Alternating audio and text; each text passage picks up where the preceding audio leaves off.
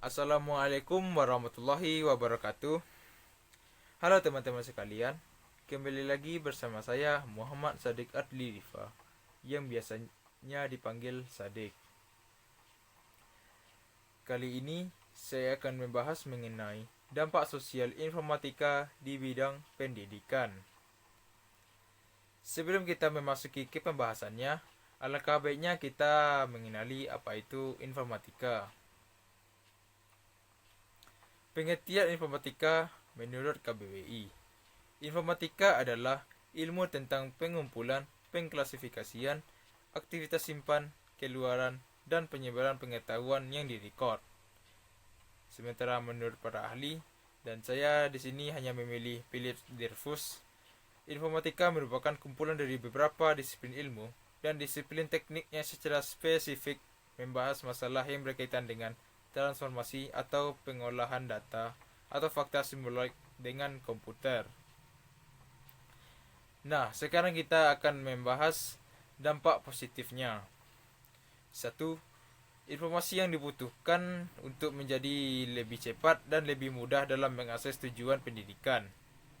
Dua, inovasi dalam pembelajaran tumbuh di hadapan e-learning, inovasi yang lebih memudahkan proses pendidikan. 3. Kemajuan TIK juga memungkinkan pengembangan telekonferensian, kelas virtual atau kelas yang berbasis yang tidak memerlukan pendidik dan peserta didik berada dalam satu ruangan. 4. Sistem administrasi pada lembaga pendidikan akan lebih mudah dan lancar karena penerapan sistem TIK. 5. Munculnya media massa, khususnya media elektronik sebagai sumber pengetahuan dan pendidikan pusat. 6. Munculnya metode pembelajaran yang baru yang memungkinkan siswa dan guru dapat dalam proses pembelajaran. Dengan kemajuan teknologi menciptakan metode baru yang membuat siswa mampu memahami materi yang abstrak, karena materi dapat dibuat dengan bantuan teknologi yang abstrak. 7. Sistem pembelajaran tidak harus melalui tatap muka. Dengan kemajuan teknologi, proses pembelajaran tidak harus mempertemukan siswa dan guru, tetapi juga dapat menggunakan layanan pos, internet, dan lain-lain. 8. Mengurangi lag dalam penggunaan TIK dalam pendidikan dibandingkan dengan negara-negara berkembang dan negara maju lainnya. 9. Peningkatan kualitas sumber daya manusia melalui pengembangan dan pemanfaatan teknologi informasi dan komunikasi. 10.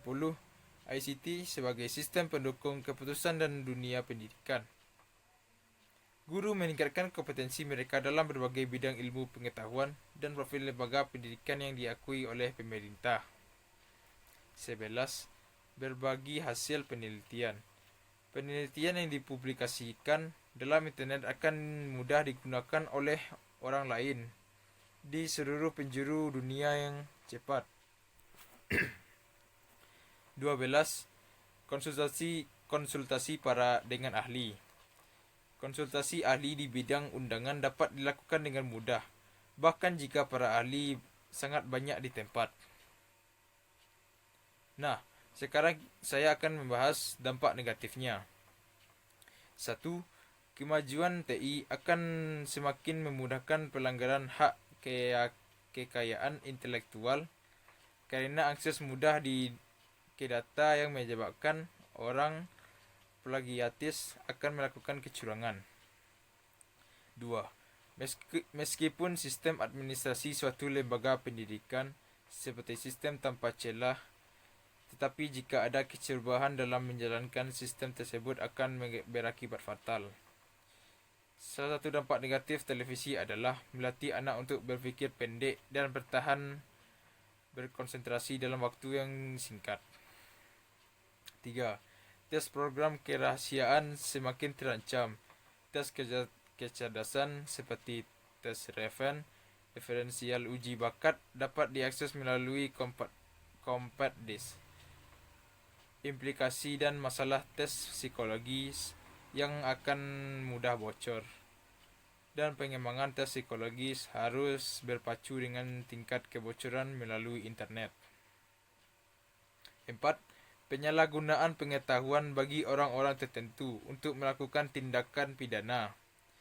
Kita tahu bahwa kemajuan di bidang pendidikan juga mencetak generasi e-book tinggi berpengetahuan tetapi moral yang rendah. Misalnya dengan ilmu komputer yang tinggi, maka orang akan mencoba untuk menerobos sistem perbankan dan lain-lain. 5. Tidak membuat ITI sebagai media atau sarana hanya dalam belajar.